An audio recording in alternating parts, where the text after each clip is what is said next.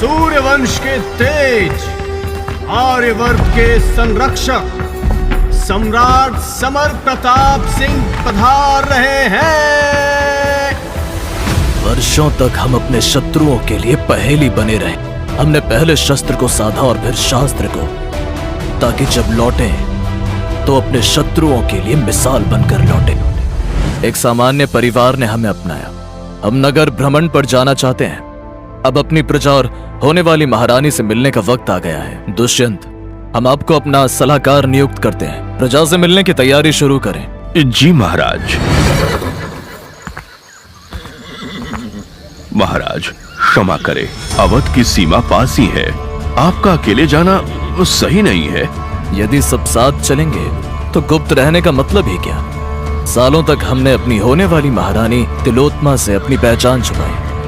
आज हम उससे हमारी महाराज होने की असली सच्चाई बताना चाहते हैं। पर महाराज। ओहो दुष्यंत, अपनी प्रजा से कैसा डर? एक राजा तब तक राजा नहीं होता जब तक वो अपनी प्रजा का दुख दर्द न समझे, और प्रजा का दुख दर्द समझने के लिए राजा को प्रजा बनना पड़ता है।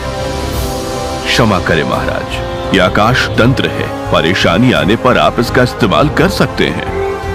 आकाश तंत्र जलाना ना भूलें।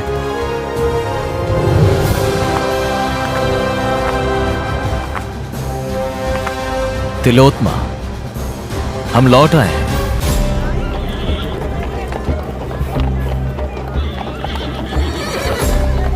अधिराज, क्या हम अवध द्वार की तरफ जा रहे हैं? हाँ तिलोत्मा, पिताश्री का आदेश है। कोई शाही मेहमान आ रहे हैं, उनका स्वागत करना है। मुझे आपके पिताश्री का दिल जीतना है, ताकि हमारे विवाह में कोई रुकावट ना आए। लगता नहीं आपके पिताश्री मुझे पसंद करते हैं। देखो, वजह तुम्हारी पिछली सगाई है। ओहो अधिराज, वो कमजोर लड़का तो अब तक मर चुका होगा, भिखारी कहीं का। लेकिन तुमने तो कहा था वो महाराज बनने वाला है। अगर वो महाराज हैं, तो तुम चक्रवर्ती सम्राट। ये लंबी कतार किस लिए? अवध के जागीरदार के पुत्र का विवाह है, उसके लिए प्रजा से शुल्क लिया जा रहा है। मेरे पास शुल्क नहीं है, मैं हाथ जोड़ता हूँ, मुझे अंदर जाने दीजिए। अच्छा, इस झोले में क्या है? झोले में जड़ी बूटी है, माँ के इलाज के लिए।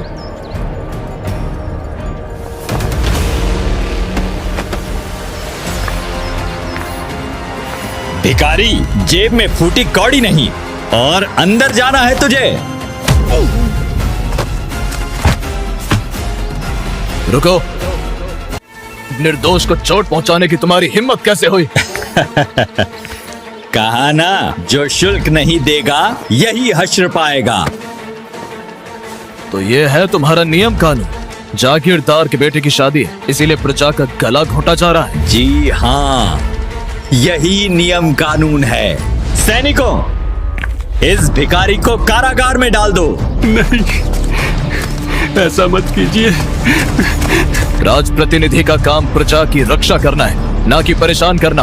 तुम जैसे लुटेरों की वजह से राज्य का धन बर्बाद हो रहा है।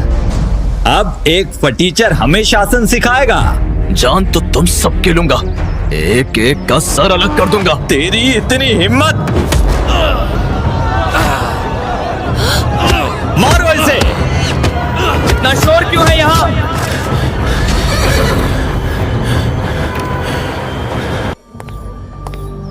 प्रणाम कुमार अधिराज।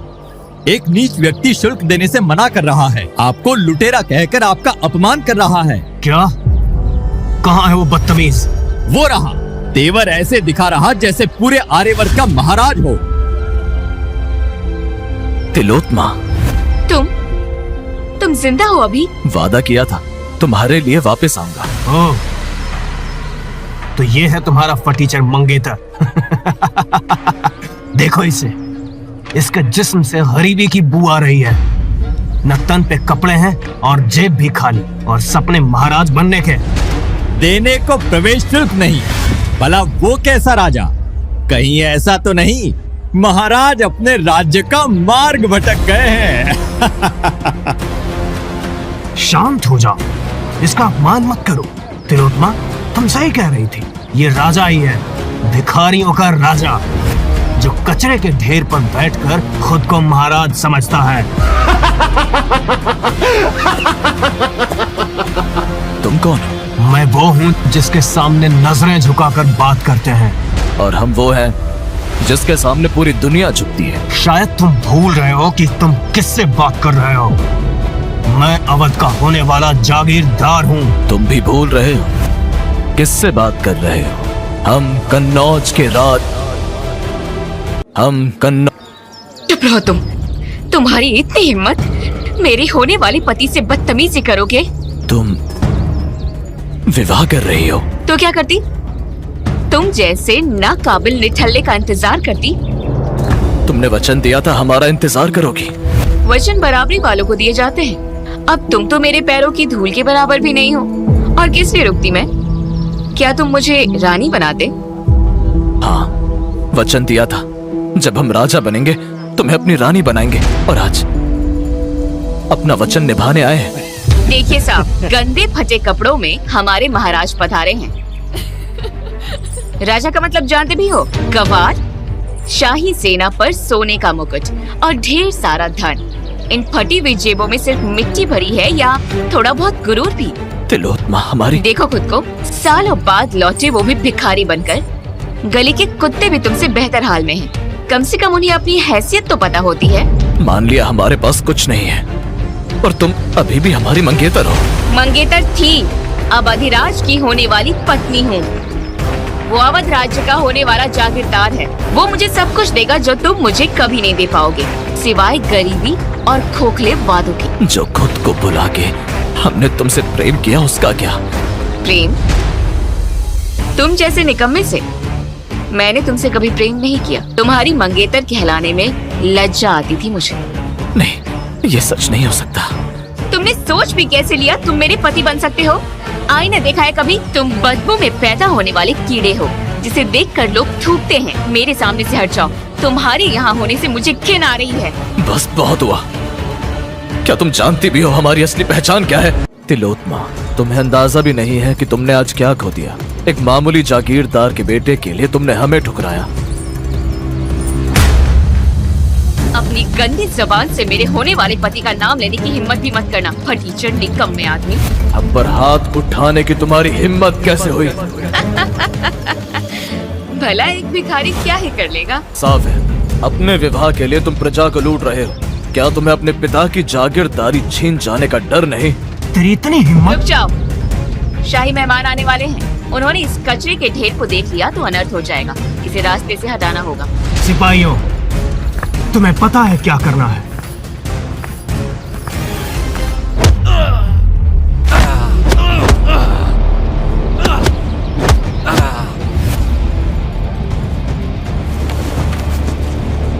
अपने किए पर बहुत पछतावा होगा तुम्हें।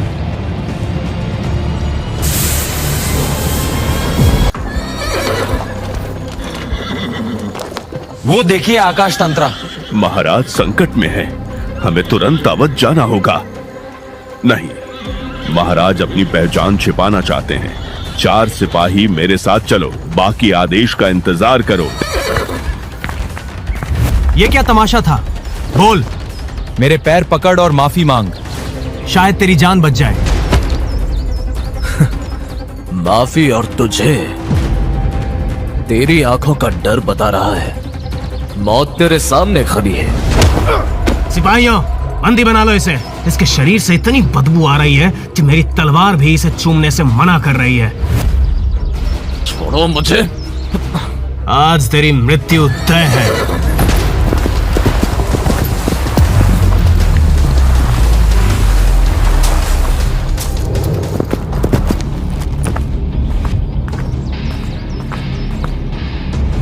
एक बार तो जैसे भिखारी से छुटकारा मिल जाएगा, उसके बाद अधिराज से विवाह कर अवध की मालकिन बनूंगी। जिद्दी है, अभी भी सांसें चल रही हैं। तुम सबके सब मरोगे। सावधान, शाही मेहमान पधार रहे हैं। रुको, शाही मेहमान ने इस फटीचर को देख लिया तो दिक्कत हो जाएगी। सबको हटाओ यहाँ से। चलो हटो सब यहाँ से। राजकुमार, इसका क्या करें? इस भिखारी को घसीट कर काल कोठरी में डाल दो। शाही मेहमान आ गए। प्रणाम, मैं अवध के जागीरदार भद्रकेतु का पुत्र आदिराज। अवध की धरती पर आपका स्वागत है। तुम्हारे पिताश्री कहाँ हैं? वो बस पहुंचने ही वाले हैं। वैसे क्या मैं आपके आने का कारण जान सकता हूँ? बस ये जान लो, मैं राजधानी कन्नौज से आया हूँ। यहाँ कोई लड़का आया था, साधारण वस्त्र पहने। तो क्या वो सच में महाराज? यहाँ क्या हुआ है, जल्दी बताओ। एक आदमी अशांति फैला रहा था, तो मैंने। तुमने उसे क्या तुमने उस पर वार किया? हिम्मत कैसे हुई तुम्हारी? बताओ, कहाँ है वो? उसे काल कोठरी में डाल दिया है। काल कोठरी में? कौन है वो? अगर उसे खरोंच भी आई, तुम और तुम्हारे पिता दोनों का सर धड़ से अलग होगा। मुझे जल्दी वहां ले चलो।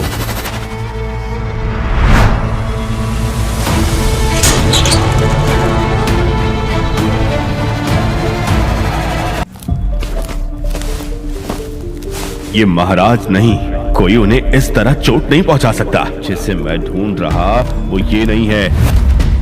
भले ही वो तुम्हें तंग कर रहा था, पर क्या तुम अपनी प्रजा के साथ जानवरों जैसा बर्ताव करोगे? श्रीमान, ये अशांति फैला रहा था तो। चुप हो जाओ। भले ही तुम जागीरदार के पुत्र हो, पर बहुत बड़े मूर्ख हो। रिहा करो सभी को अभी। छोड़ दो सबको। श्रीमान चलिए, पिताश्री आपका इंतजार कर रहे होंगे। दुष्यंत, क्या तुमने कुछ सुना? नहीं तो शायद चूहे होंगे। आप जैसे शाही मेहमान को यहाँ नहीं होना चाहिए। चलिए। ये वही है जिसने मेरे लिए अपनी जान खतरे में डाली। मैं इसे साथ ले जाऊंगा। प्रणाम, मैं भद्रकेतु, अवध का सेवक। सुना है हमारे महाराज गुप्त रूप से अवध में भ्रमण पर हैं। आदेश दें, मैं उनके स्वागत की तैयारी करूं। आपसे किसने कहा?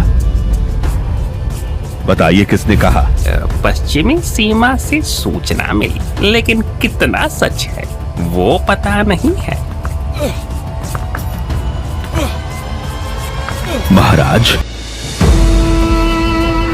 श्रीमान, किसी भी तरीके की मदद चाहिए तो आदेश करें। अपने पुत्र पर ध्यान दें। यदि उसके हाथों कोई अपराध हुआ है तो पूरे परिवार का सर धड़ से अलग कर दूंगा। जी, जैसा आप कहें, मैं इस बात का ध्यान रखूंगा। आप भी अपना ध्यान रखिए।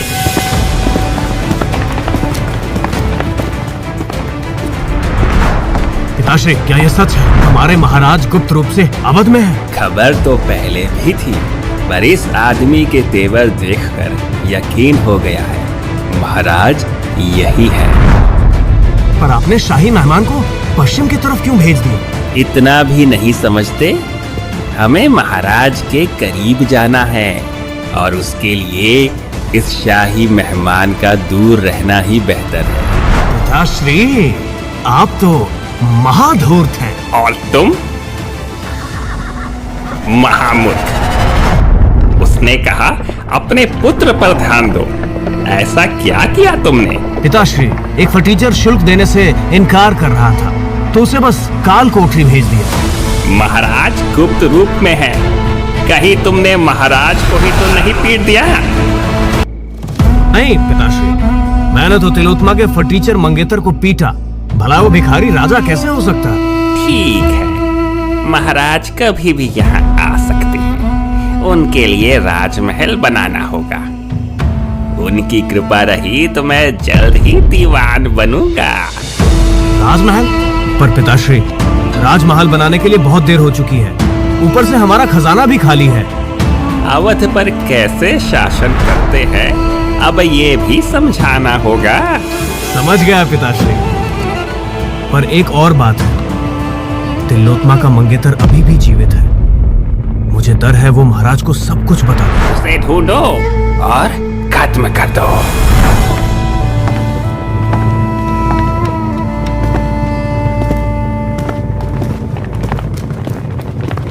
दुष्यंत। कौन है दुष्यंत?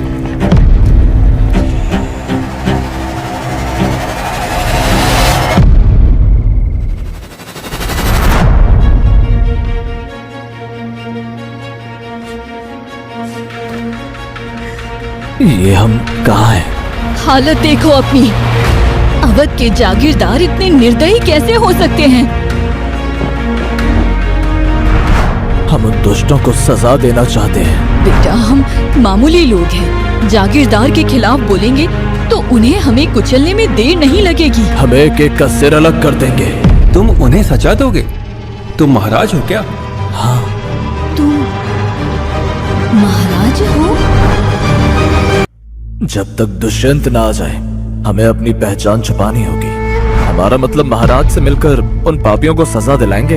हमारी जान बचाने के लिए धन्यवाद। हम दोनों एक ही कारागार में थे, तभी कोई व्यक्ति आए।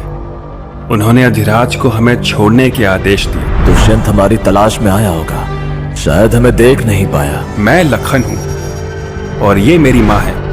हमारे पिता इस राज्य के लिए शहीद हुए थे। तो फिर आप लोग इस हालत में क्या आपको राज्य से मुआवजा नहीं मिलता? मुआवजा? शायद जागीरदार ने हमारे हिस्से का धन चुरा लिया होगा। कहाँ गया कानून, कहाँ गया इंसाफ? वैसे तुम बार बार किसी दुष्यंत का नाम ले रहे थे। कौन है ये दुष्यंत?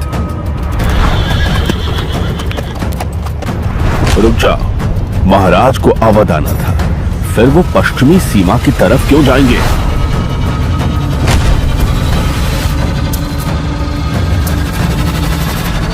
हमारे साथ धोखा हुआ है। महाराज अवध में ही है। सब वापस चलो। पता नहीं वो आदमी कहाँ चले गए। तुम इतने बड़े आदमी को कैसे जानते हो? जागीरदार के लोग शहीदों की समाधि तोड़ने जा रहे हैं।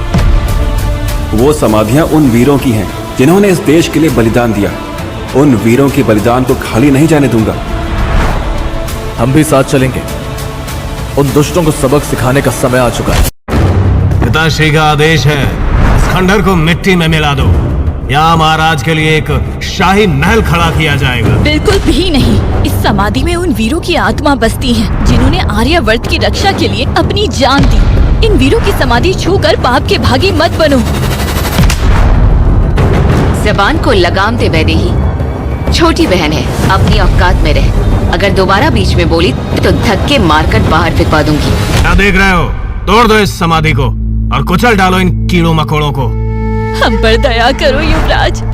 अगर ये समाधि तोड़ दी तो शहीदों की आत्मा को शांति कैसे मिलेगी? युवराज, मेरे बेटे ने इस धरती के लिए जान दी है।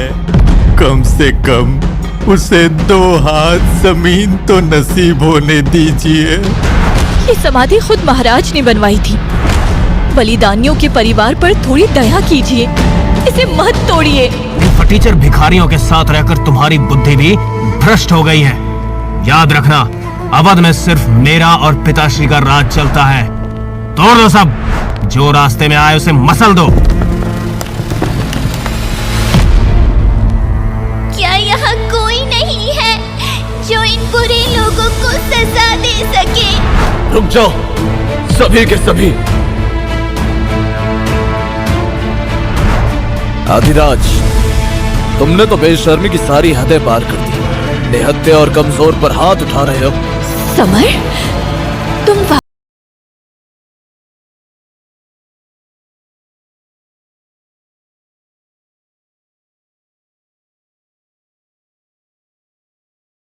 तो खुद मौत के मुंह में चला आया। क्या लगा इन भिखारियों के साथ मिलकर मुझे रोक लेगा? आश्चर्य हो रहा है, एक मामूली जागीरदार का बेटा इतना अंधा कैसे हो सकता है? तुम्हें क्या लगता है तुम्हारे ऊपर कोई नहीं है? ना, आर्यावर्त के महाराज। लेकिन उन्हें बताएगा कौन? तू। तेरी समाधि भी यहीं बनाऊंगा, पर वो तभी होगा जब ये समाधि टूटेगी और यहाँ महाराज के लिए एक महल बनेगा। और वो कभी नहीं होगा, चाहे इसके लिए हमें अपनी जान ही क्यों न देनी पड़े। हाँ, हम अपनी जान दे देंगे, लेकिन समाधि तोड़ने नहीं देंगे। देख लिया तुमने, इन आम लोगों के सामने तुम कुछ भी नहीं। जीत बहुत लंबी है ना तेरी। सबसे पहले तुझे ही खामोश करूंगा। लखन, पूर्व दिशा में कुछ सैनिक हैं। ये निशानी उन्हें दिखाना। पर तुम यहाँ अकेले? हम पर भरोसा रखो, देर हो जाएगी, जल्दी जाओ।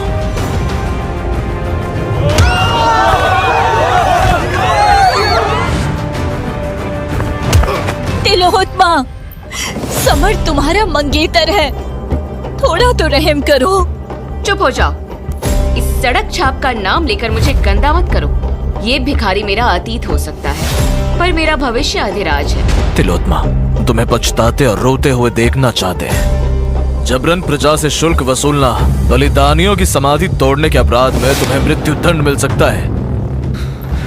तोड़ डालो समाधि को।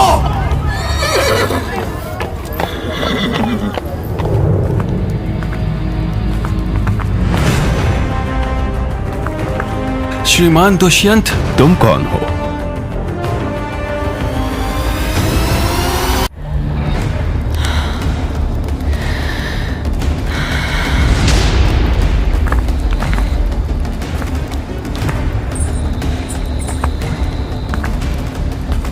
इसे तुरंत उपचार के लिए ले जाओ। देरी के लिए क्षमा महाराज। किस दुष्ट ने आप पर प्रहार करने की हिम्मत की? आदेश दें, मैं अभी उनका शीश अलग कर दूंगा। सैनिकों, चलो मेरे साथ। नहीं, अभी नहीं। उन्हें उनके किए की सजा बिल्कुल मिलेगी। पहले हम इन वीर शहीदों को श्रद्धांजलि देंगे। मैं गुप्त दौरे पर हूं, फिर भी जागीरदार को हमारे आने के बारे में पता था। कैसे? क्षमा चाहता हूं महाराज। क्या आप संकेत दे रहे हैं कि कोई ऊंची पद का व्यक्ति आपके विरुद्ध साजिश कर रहा है? अवध में हमारे स्वागत का भव्य आयोजन करो। सभी मंत्रियों और राज पदाधिकारियों को आमंत्रण भेजो। वहीं हम हमारे खिलाफ चल रही साजिश को बेनकाब करेंगे। साथ ही अपनी महारानी की घोषणा भी करेंगे। सूचना मिली है, महाराज का उपनाम प्रताप है। वो अपने स्वागत समारोह में होने वाली महारानी की घोषणा भी करेंगे। महाराज का उपनाम प्रताप? समर का भी उपनाम प्रताप ही है। तिलोत्मा, हमारा इंतजार करना। राजा बनकर तुम्हें महारानी बनाएंगे। नामुमकिन। एक भिखारी राजा कैसे बन सकता है? पिताश्री, महाराज अवध में है। क्या हमारे विवाह के लिए आप उन्हें राज निमंत्रण भेज सकते हैं? तिलोत्तमा के मंगेतर का क्या हुआ? वो पिताश्री, पता नहीं वो कहाँ गायब हो गया। नालायक, एक काम ठीक से नहीं होता तुमसे। यदि वो समारोह में आया तो लोग हमारे मुंह पर थूकेंगे। उसे ढूंढो और खत्म कर दो। जी पिताजी।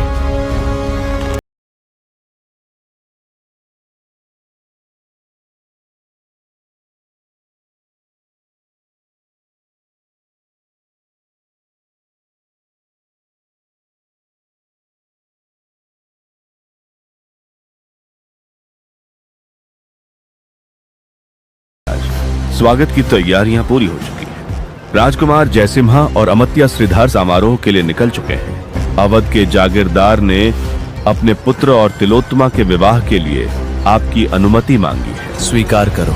लेकिन महाराज, हम तिलोत्तमा के चेहरे पर हार का दुख देखना चाहते हैं। हम उनसे एक एक पल का हिसाब लेंगे। आदेश महाराज। आज हमारा शक्ति प्रदर्शन होगा। दीवान नागपाल और सेनापति दुर्जय हमारे पक्ष में है।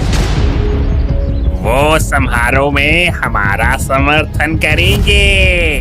क्या दुर्जय चाचा समारोह में आने वाले हैं? उन्होंने युद्ध जीतकर सेना में अपनी जगह बनाई है। हाँ, बस कोई विघ्न न आए। क्या तुमने तिलोत्तमा के मंगेतर को खत्म कर दिया? पिताश्री, वो फटीचर मुझे नहीं मिला। आप निश्चिंत रहिए, वो यहाँ आने की हिम्मत नहीं करेगा। सावधान, महाराजाधिराज पधार रहे हैं। महाराज के स्वागत में तुम जैसे भिखारियों का प्रवेश वर्जित है। निकलो यहाँ से, इससे पहले कि कुत्तों को तुम्हारा मांस खिलाया जाए। अच्छा, तो तुम यहाँ क्या कर रही हो? अब एक तुम जैसा भिखारी अपनी तुलना मुझसे करेगा? अधिराज और मुझे स्वयं महाराज ने निमंत्रण भेजा है। तुम हमारी जूती साफ करने के लायक भी नहीं हो। बधाई हो, तुम्हें वही कूड़ा मिला जिसके तुम लायक थी, पर तुम्हें ये नहीं पता तुमने क्या खो दिया। अधिराज, तुमसे इसे समाप्त करने को कहा था। एक काम ठीक से नहीं कर सके।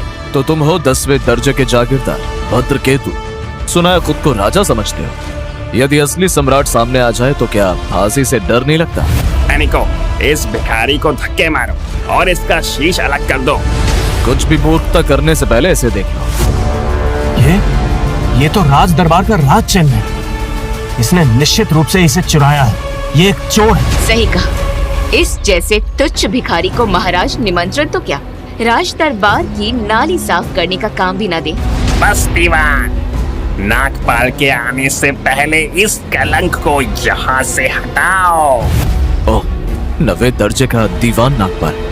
पूछना है उनसे, उनका जागीरदार इतना भ्रष्ट कैसे हो गया, या फिर वो स्वयं भी तुम्हारे साथ है? कौन है जो मेरा अपमान कर रहा है? भद्रकेतु, कैसे जागीरदार हो तुम? महाराज के आने का उत्सव है और ये इंसान यहाँ हंगामा कर रहा है। धक्के मार के निकालो इसे। मगर दीवान जी, इसके पास राज चिन्ह है। मैं राज आदेश का अपमान करने की हिम्मत नहीं कर सकता। राज चिन्ह? वो तो केवल राज्य के खास लोगों के पास होता है। हमारे राज्य के भिखारी इससे बेहतर है। इसने चिन्ह चुराया होगा। सही कहा, इसने चिन्ह चुराया है। बिल्कुल सही कहा, चिन्ह चुराया गया होगा। सिपाहियों, इसकी टांगे तोड़ दो और घसीट कर कारागार में डाल दो। शांत हो जाओ भद्रकेतु। तुम्हारी अकड़ इसलिए है क्योंकि तुम्हें इस 9वें दर्जे के दीवान का सहारा मिला हुआ है। तुम्हारी इतनी हिम्मत? भद्रकेतु, देखा तुमने? जी दीवान जी, अभी सबक सिखाते हैं इसे। दीवान जी, ये इन सैनिकों के बल पर इतना उछल रहा है, ये यहाँ से जिंदा नहीं जाएगा। तुम सबके सब नमूने हो, हमें हंसी आ रही है। यदि हम यहाँ से चले गए तो इस स्वागत समारोह का कोई मतलब ही नहीं बचेगा। क्या कहा? आप तुम स्वयं महाराज का अपमान करोगे? एक जागीरदार भले ही तुम्हारा कुछ नहीं बिगाड़ सके, पर एक दीवान तुम्हें मिट्टी में मिला सकता है। गिरफ्तार करो इसे। किसमें इतनी हिम्मत है?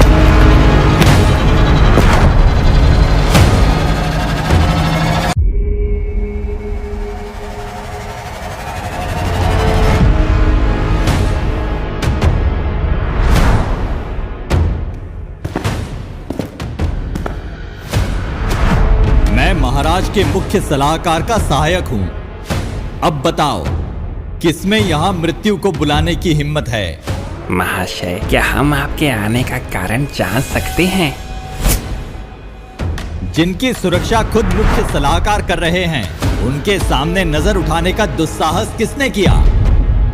कहीं ये वही इंसान तो नहीं जिसको सलाहकार ढूंढ रहे हैं? असंभव, सलाहकार केवल महाराज की सेवा करते हैं। ये निर्धन भिखारी महाराज कैसे हो सकता है? नहीं नहीं, ये फटीचर था और फटीचर ही रहेगा। मैं बताती हूँ, इसने समाधि पर सलाहकार के कान भरे हैं। इसने उनका भरोसा जीत लिया है।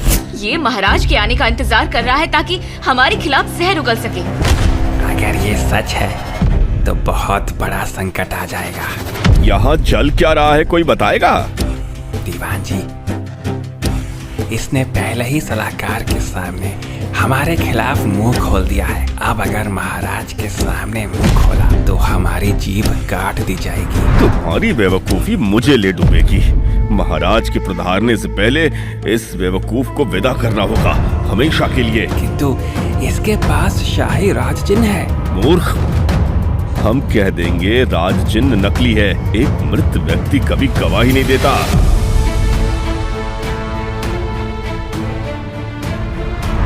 महाराज ने आदेश दिया है, जैसे ही आप जागे मैं आपको उनके पास ले चलूं। महाराज? अभी समझने का समय नहीं। यदि आप मेरे साथ नहीं चली तो समर प्रताप संकट में पड़ जाएंगे। क्या? समर संकट में है?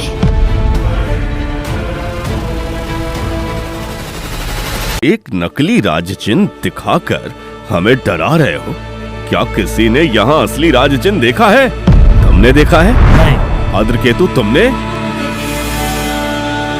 तुम्हारे कहने से लोहा सोना नहीं बन जाता। सिपाहियों, गिरफ्तार कर लो इस बहरूपिये को। मूर्खों, तुमने अपनी मृत्यु को खुद निमंत्रण दिया है। तुम्हें मालूम भी नहीं कि तुमने किस पर हाथ डाला है। सलाहकार यहाँ नहीं है। अगर ये यही मारा गया तो कौन सबूत देगा कि तुम कौन हो? ये ढोंग करके भी देख लो। एक मामूली दीवान महाराज के मुख्य सलाहकार का अपमान कर रहा है, सरेआम मारने की धमकी दे रहा है। तुम्हारे पापों के लिए तुम्हारे पूरे परिवार को मृत्यु दंड मिलेगा। चुप रहो। एक मौका मिला था तुम्हें, पर तुमने यहाँ आकर अपनी मृत्यु खुद चुनी है। तिलोत्तमा, एक मामूली इंसान से विवाह के लिए तुमने खुद को कीचड़ में भिगो लिया।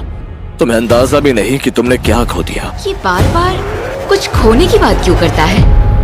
कहीं ये सच में महाराज? नहीं, मेरे पास शाही आदेश है।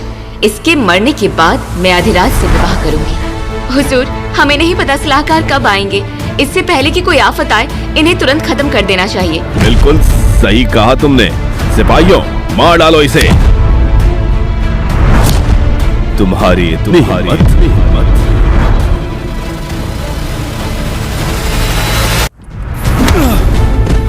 बहुत घिरे हुए हो तुम लोग। क्या लगा तुम पर कोई प्रश्न नहीं उठाएगा? अवध के दीवान का साहस देखो दुष्यंत। इन्होंने सलाहकार के राज चिन्ह को मानने से ही इनकार कर दिया। श्रीमान, मुझे लगा कोई बैरूप या नकली चिन्ह दिखाकर समारोह में विघ्न डाल रहा है। चुप हो जाओ। अब एक मामूली दीवान मुझसे जुबान लड़ाएगा? यहाँ तलवार किसने निकाली? उसका सर धड़ से अलग कर दो। बात बिगड़ रही है। तुरंत सेनापति दुर्जय को संदेश भेजो। वो राजकुमार जय सिम्हा के करीबी है। एक राजकुमार का ओहदा सलाहकार से बड़ा होता है। समझ गए? वैदेही, तुम ठीक हो? हाँ, मैं ठीक हूँ। यहाँ क्या हो रहा है? वैदेही, ये महाराज का स्वागत समारोह है। यहाँ पैर रखने की तुम्हारी हिम्मत कैसे हुई? मैं कहूँ तो ये यहाँ आ सकती है। चुप रहो। बड़े लोगों के बीच बोलने की तुम्हारी हिम्मत कैसे हुई? निकल जाओ यहाँ से।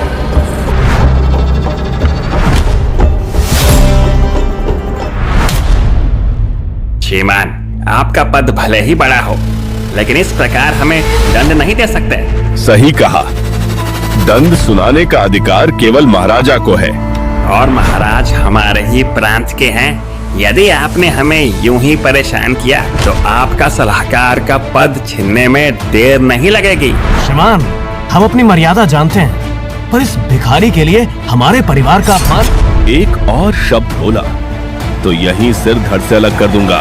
दुष्यंत, रुक जाओ। तुम्हें क्या लगता है हमारे परिवार पर किसी का हाथ नहीं है? तो तुम्हारी पहुंच ऊपर तक है। मैं प्रकट नहीं करना चाहता था, पर तुमने मुझे मजबूर किया। अब देखते जाओ मैं क्या करता हूँ। श्रीमान, जागीरदार जी ने तुरंत सहायता मांगी है। आपके परिवार पर संकट मंडरा रहा है। कमलराज, राजकुमार जय सिम्हा जल्द ही आने वाले हैं। मुझे उनका स्वागत करना है। जिसने भी मेरे परिवार पर नजर उठाई है उसे खत्म कर दो। आदेश सेनापति। मेरा भाई दुर्जय अवध प्रांत का सेनापति है और राजकुमार जय सिम्हा का करीबी। संदेश भेज दिया है, वो आता ही होगा। श्रीमान, हम आपसे दुश्मनी नहीं चाहते। आशा है आप ये बात यहीं खत्म कर दें। मुझे बस इसकी जान चाहिए। समझ, सेनापति दुर्जय और राजकुमार जयसिम्हा बहुत ताकतवर हैं। हम उनसे नहीं लड़ सकते। तुम चले जाओ यहाँ से। वैदेही, चिंता मत करो। यहाँ ऐसा कोई नहीं जिसके सामने मुझे झुकना पड़े। वैदेही, अभी भी समय है। घुटनों पर झुककर माफी मांगो, वरना तुम भी इसके साथ मारी जाओगी। दुष्यंत, इसे सबक सिखाओ। तुम अभी भी इसे बचा रहे हो? कितने मूर्ख हो तुम। कभी सोचा मैं इन्हें क्यों बचा रहा हूँ? तो बताओ, कौन सी दुनिया जीत ली इसने जो आप इस पर जान लुटा रहे हो? कहीं ये सच में महाराज तो? उस दिन हमने इसे सिपाहियों से पिटते देखा था। इसके शरीर से गरीबी की बू आ रही थी। ये महाराज हो ही नहीं सकता। तुम लोग कभी समझ ही नहीं पाओगे। बुला लो जिसे भी बुलाना है। कहाँ है तुम्हारा अवध का सेनापति? सेनापति से बदतमीजी करने की किसकी हिम्मत हुई? मरना चाहते हो क्या? कमलराज, सेनापति दुर्जय कहाँ हैं? वो युवराज जयसिम्हा की रक्षा में व्यस्त हैं। मुझे आपके कांटे निकालने के लिए भेजा गया है। बताइए, किसने आपसे बदतमीजी की? यहाँ एक भिखारी है जिसे सलाहकार ने सर पे चढ़ा रखा है। वो महाराज के सामने हमारे खिलाफ जहर उगलने वाला है। यदि ऐसा हुआ तो सेनापति भी महाराज के निशाने पर आ जाएंगे। क्या कहा? कौन है वो मूर्ख जिसकी इतनी हिम्मत हुई? वो रहा जड़ मूर्ख। सेनापति को महाराज की तरफ से तरक्की मिलने वाली है और तुम उसे बर्बाद करना चाहते हो। लगता है तुम्हें मौत का डर नहीं है। देखो कमलराज, तुम सिर्फ एक सैनिक हो। खुद को परेशानियों में मत डालो। शायद तुम जानते नहीं सेनापति दुर्जय कौन है। वो राजकुमार जयसिम्हा के करीबी हैं। तुम उनके लिए एक कीड़े से ज्यादा कुछ नहीं, मसल कर फेंक देंगे। अब तुम्हारी सलाहकार की सुरक्षा भी काम नहीं आएगी। बेहतर होगा मेरे सामने झुको और क्षमा मांगो। अब तो मैं भी देखना चाहता हूँ ये सेनापति दुर्जय कौन है, जिसके दम पर तुम सब इतना उछल रहे हो। तेरी इतनी हिम्मत, तूने सेनापति का नाम लिया। और तेरी इतनी हिम्मत कि तू इनसे नजर मिला रहा है। लगता है मौत का डर नहीं है तुम्हें। अब ये कीड़ा कौन है? अब मैं राज सलाहकार हूँ। भाड़ में जाए सलाहकार, मैं किसी से नहीं डरता। अमात्य सिरधर, कहाँ है आप? शीघ्र आइए, महाराज की जान खतरे में है। महाराज गुप्त भ्रमण पर हैं। दुष्यंत ने अपने होते हुए मुझे तुरंत आने का संदेश भेजा है। कहीं ऐसा तो नहीं? जल्दी करो, रथ तेज चलाओ। मैं यहाँ जागीरदार और उसकी मदद करने वालों का असली चेहरा देखने आया था, लेकिन तुमने तो मेरी आंखें ही खोल दी। सही कहते हैं सब। अहंकार कूट कूट कर भरा है तुझमें, पर तेरा अहंकार मैं तोड़ूंगा। सोच रहा था तुम्हें माफ कर दूं, क्योंकि तुम सिर्फ एक सिपाही हो, लेकिन तुम भी जागीरदार के कुत्ते निकले। तुमने मुझे कुत्ता कहा? आगे मत बढ़ना। क्या कहा तुमने? बड़ी खूबसूरत हो तुम। इसके मरने के बाद तुम्हें अपने साथ ले जाऊंगा। इसे हाथ मत लगाना। ओह, लगता है प्रेमिका है तुम्हारी। चिंता मत करो, इसे अपने पास रखूंगा, फिर किसी मौज मस्ती वाली जगह पर बेच आऊंगा।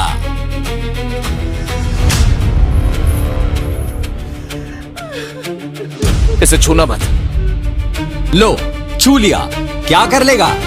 मारेगा मुझे? मार।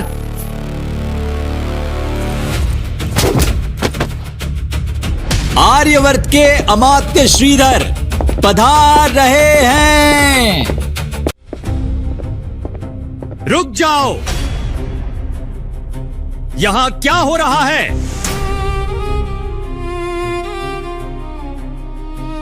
अमात्य, खेल अभी समाप्त नहीं हुआ। महाराज की जान संकट में है, फिर भी वो अपनी पहचान गुप्त रखना चाहते हैं।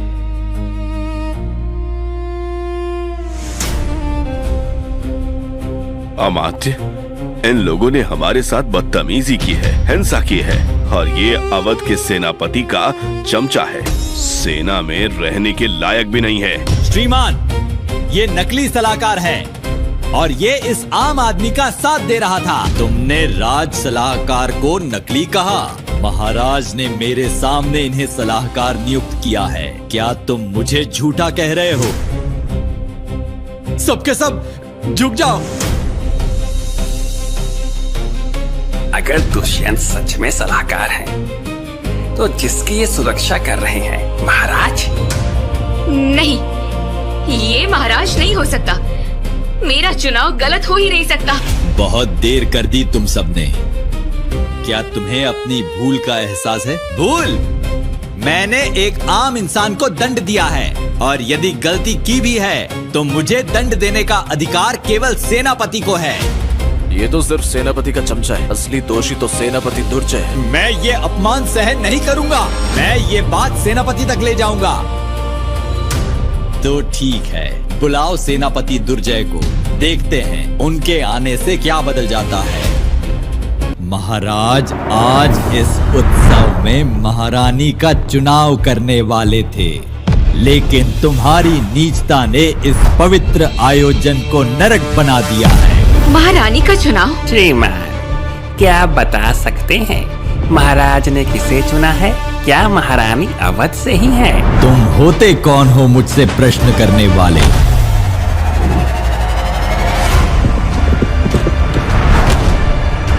सेनापति दुर्जय, अमात्य श्रीधर स्वयं आयोजन में उपस्थित हैं और वो मेरी एक नहीं सुन रहे। आपने देरी की तो आपके कुल पर संकट आ जाएगा। क्या कहा? मेरे कुल पर संकट? सैनिक, यदि युवराज आए तो उन्हें सूचित कर देना कि मैं अवध जा चुका हूँ। जी श्रीमान। श्रीमान, महाराज भी अवध से हैं। वो मुझे पसंद भी करते हैं। वो यहाँ नहीं है, इसका मतलब ये नहीं कि आप हमें धमका सकते हैं। अपनी गंदी जुबान से महाराज का नाम मत लो। श्रीमान, मैं तो पूरे मन से महाराज के स्वागत में लगा हूँ। जो भी गड़बड़ हुई है इस आदमी की वजह से हुई है। इसे दंड मिलना चाहिए। तुम सब समय बर्बाद कर रहे हो ताकि तुम्हें बचाने वाला यहाँ आ जाए, लेकिन याद रखना, तुम्हें और तुम्हारे परिवार को सेनापति दुर्जय भी नहीं बचा सकता, युवराज जयसिम्हा भी नहीं। कौन है वो जो यहाँ युवराज का अपमान कर रहा है? दुर्जय, तुम आ ही गए। प्रणाम चाचा जी, ये मेरी मंगेतर तिलोत्तमा है। महाराज ने हमारे विवाह को मंजूरी भी दे दी है। आप भी हमें अपना आशीर्वाद दीजिए। बहुत खूब। महाराज अवध से हैं। उनकी कृपा हमारे परिवार पे बनी रहेगी। मुझे ऐसा बिल्कुल नहीं लगता। अब ये कीड़ा कौन है? ये वही कीड़ा है जो महाराज के पास रेंगते हुए जाने वाला है और हमारे परिवार की शिकायत करने वाला है। अच्छा, लगता है इस कीड़े को मसल जाने का डर नहीं। दुर्जय, तुम जानते भी हो किसके खिलाफ अपशब्द कह रहे हो? तुम अपनी चिता खुद तैयार कर रहे हो। अमध्य, मुझे महाराज से पदोन्नति चाहिए और ये व्यक्ति मेरे रास्ते का कांटा बन रहा है। अगर आपके कुल पर कोई ऐसे कीचड़ उछाले तो क्या आप शांत रहेंगे? चलो तुम्हें एक मौका देता हूँ। भद्रकेतु भ्रष्ट है, उसे माफ नहीं किया जा सकता। उससे अलग हो जाओ, तुम्हें माफी मिल जाएगी। क्या कहा तुमने? चाचा जी, महाराज के आने से पहले ही इसे खत्म करना होगा। ये हमारे परिवार के लिए बड़ा संकट बन सकता है। श्रीमान, समझ नहीं आता आप इस बुज़दिल को क्यों बचा रहे हैं? श्रीधर, आप आर्यवर्त का अमात्य हो और ये मामूली सेनापति आपकी बात मानने से इनकार कर रहा है। क्यों? क्या इसे राजकुमार जयसिम्हा का सहारा मिला हुआ है? ठीक है, आने दो उसे। प्रणाम महामहिम। दुर्जय कहाँ है? क्या उसे यहाँ नहीं होना चाहिए था? माफ करें श्रीमान, सेनापति महाराज के स्वागत के लिए अवध निकल चुके हैं। श्रीमान, क्या आप मुझे रोकना चाहते हैं? यदि आप महाराज के अमात्य हैं तो मैं भी अवध प्रांत का सेनापति हूँ। देखा, इतनी अकड़ तो खुद राजकुमार जयसिम्हा में भी नहीं है। उसे आने दो, हवा का रुख बदल जाए। क्या तुमने राजकुमार का नाम लिया? अब तो महाराज भी तुम्हें नहीं बचा सकते। ये पागल हो चुका है, इसका विनाश तय है। इसने आखिरी रेखा लांघ दी है। अब इसका सर धड़ से अलग होगा। समर, तुम राजकुमार को चुनौती क्यों दे रहे हो? अगर उन्हें पता चल गया तो? वैद्य ही शांत हो जाओ, हमें यहाँ कोई हाथ नहीं लगा सकता। तुम सब भी शांत हो जाओ, खेल खत्म करने का समय आ गया है।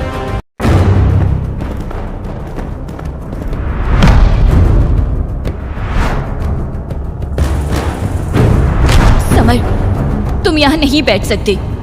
ये महाराज की गद्दी है। तुम भी यहाँ बैठ सकती हो, क्योंकि मैं कह रहा हूँ। आप सब ऐसे क्या देख रहे हो? क्या मैं यहाँ नहीं बैठ सकता? ये कोई मूर्ख नहीं, महामूर्ख है। नीचे उतर अब। मरना चाहती हो क्या तुम भी इसके साथ? वैदे ही हट जा वहाँ से। भरोसा है ना मुझ पर? भरोसा है, खुद से भी ज्यादा। तो बैठ जाओ। श्रीमान, आप पूरे आर्यवर्त के अमात्य हैं। आप कैसे इस फटीचर को शाही गद्दी पर बैठने दे रहे हैं? श्रीमान, ये खुद को महाराज से भी बड़ा समझ रहा है। कुछ तो कहिए। शाही गद्दी पर बैठ गया, राजकुमार जयसिम्हा का अपमान किया। जब से मैं सेनापति बना हूँ इतना घमंडी इंसान नहीं देखा। तुम्हें कैसे पता राजकुमार जयसिम्हा मेरे सामने सिर नहीं झुकाएंगे? क्या कहा? राजकुमार का पद महाराज से नीचे है और तुम कह रहे हो कि वो तुम्हारे सामने झुकेंगे? मूर्खता की भी सीमा होती है।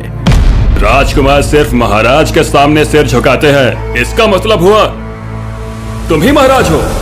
हाँ, मैं ही आर्यवर्त का सम्राट समर प्रताप सिंह हूँ। यहाँ कोई तुम्हारे बारे में जाने या ना जाने, लेकिन मैं सब जानता हूँ। तुम एक फटीचर भिखारी थे और हमेशा रहोगे। चलो मान लिया तुम महाराज हो। कहाँ है तुम्हारी शाही सेना? कहाँ है हाथी, घोड़े, रथ? कहाँ है राज मुकुट और शानो शौकत? बताओ। और तो और, महाराज के नाम पर तुमने अपना पूरा नाम भी रख लिया। बदतमीज जुबान को लगाम दो। श्रीमान बताइए, क्या ये सच में महाराज हैं? इसमें पूछना क्या है? महाराज का काफिला अभी रास्ते में है। ये नकली महाराज बनकर हमें धोखा देने आया है। तिलोत्तमा, इस फटीचर के साथ साथ तुम्हारी बहन भी अपने को मौत के हवाले कर रही है। इसकी वजह से हम सब की जान खतरे में है। मैं तो भूल ही गई थी। वैदेही, अभी के अभी उठ जाओ यहाँ से। वैदेही, मुझ पर भरोसा रखो। अपनी बकवास बंद करो। वैदेही, उठ यहाँ से। वैदेही से दूर रहो। मुझे हाथ लगाने की तुम्हारी हिम्मत कैसे हुई? चाचा जी, आपको आर्यावर्त का सेनापति बनना है ना। इस नकली महाराज को सजा देकर आप असली महाराज को और खुश कर सकते हैं। सही कहा। महाराज की नजरों में चमकने का ये सही मौका है। इसने शाही तख्त का अपमान किया है। सिपाहियों, कैद कर लो इसे। ये मेरी गद्दी है, मैं जब चाहूं यहाँ बैठ सकता हूँ। ऐसे महामूर्ख मैंने आज तक नहीं देखा। सिपाहियों, देख क्या रहे हो? मसल डालो इस कीड़े को। सेनापति दुर्जय, क्या कहा तुमने?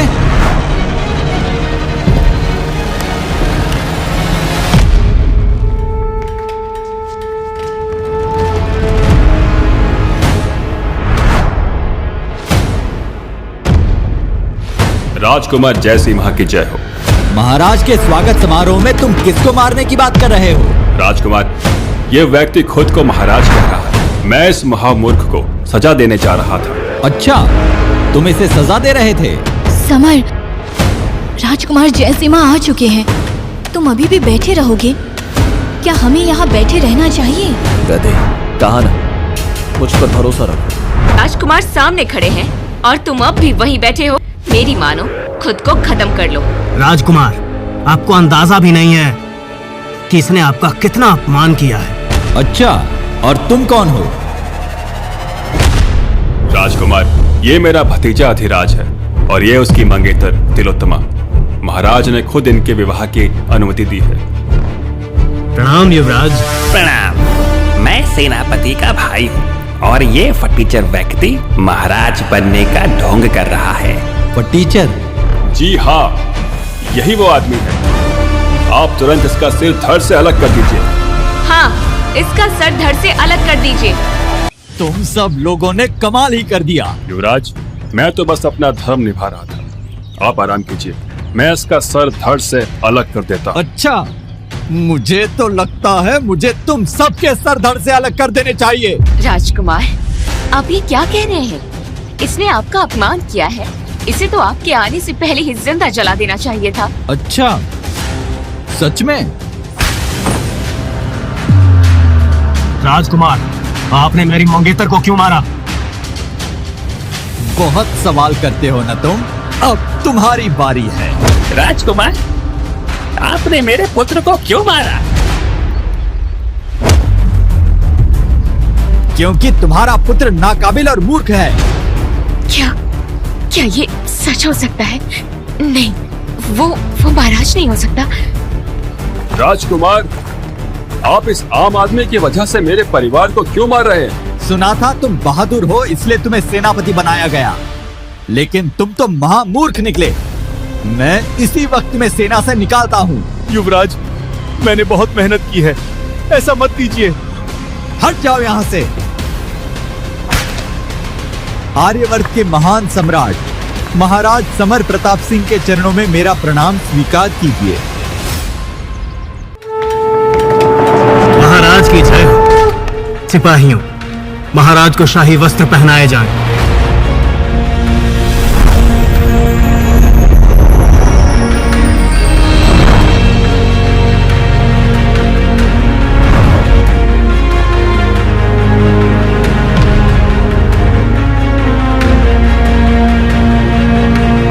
सब लोग घुटनों के बल बैठ जाओ।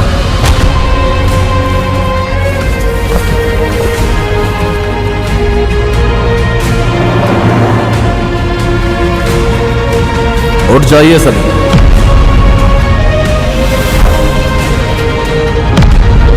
महाराज, मुझे माफ कर दीजिए, ये सब उनकी वजह से हुआ है। मैंने तुम्हें कहा था जागीरदार के परिवार से रिश्ता तोड़ दो, लेकिन तुमने मेरी बात नहीं मानी।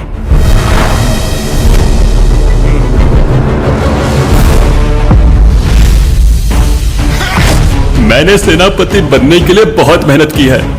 चाचा, मुझे सच में नहीं पता था कि ये महाराज हैं। चुप कर।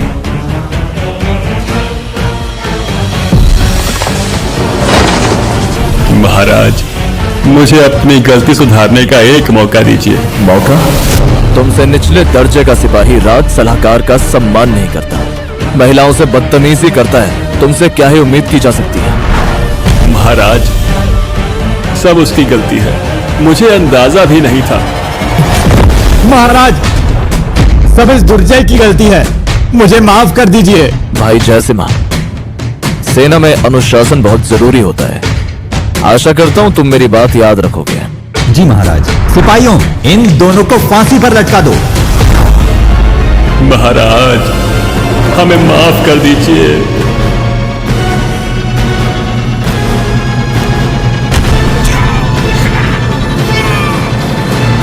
तो क्या ये सच में महाराज हैं? तो क्या हमारा परिवार सच में खत्म हो जाएगा? क्या हुआ? अब डर लग रहा है?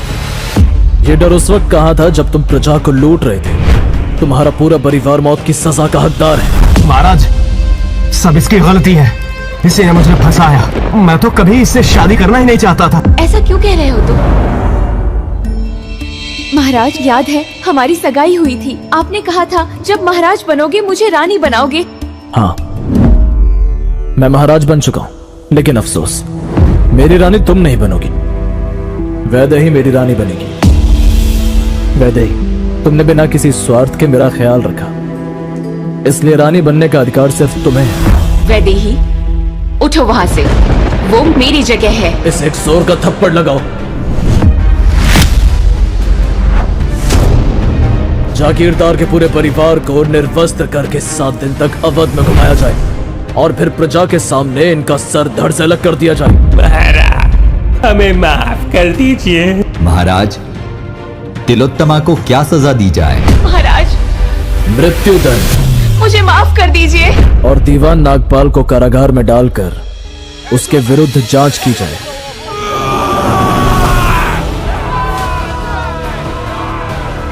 प्रजा के बीच जाकर मुझे पता चला है कि भ्रष्ट लोग प्रजा का शोषण करते हैं। अब भ्रष्टाचार की एक ही सजा होगी, मृत्युदंड। बहुत अच्छा फैसला है महाराज। और एक और फैसला, प्रजा पर शुल्क का बोझ नहीं बढ़ाया जाएगा, ताकि लोग चैन से जी सकें। ऐसी और कहानियां देखने के लिए आज ही डैश रील्स यूट्यूब चैनल को सब्सक्राइब करें।